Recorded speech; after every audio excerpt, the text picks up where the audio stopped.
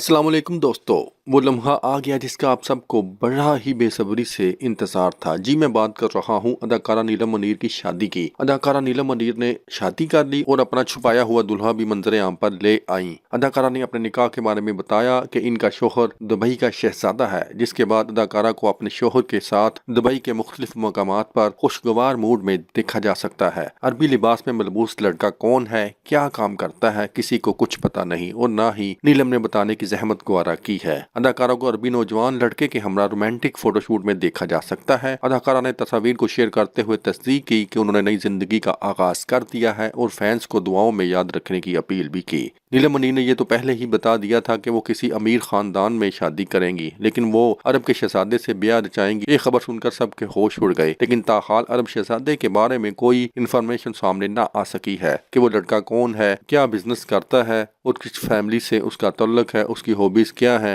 वगैरह वगैरह। चलें, आइंदा चंद दिनों में बिल्ली थैले से बाहर आ जाएगी, लेकिन उम्मीद करते हैं कि अदाकारा नीलम मुनीर को ये अरबी शहजादा पसंद आ जाए और ये शादी लंबे अरसे तक चलती रहे, वरना शोबिस की शादियां आपके सामने हैं, इनका क्या हशर होता है, बयान करने से भी डर लगता है।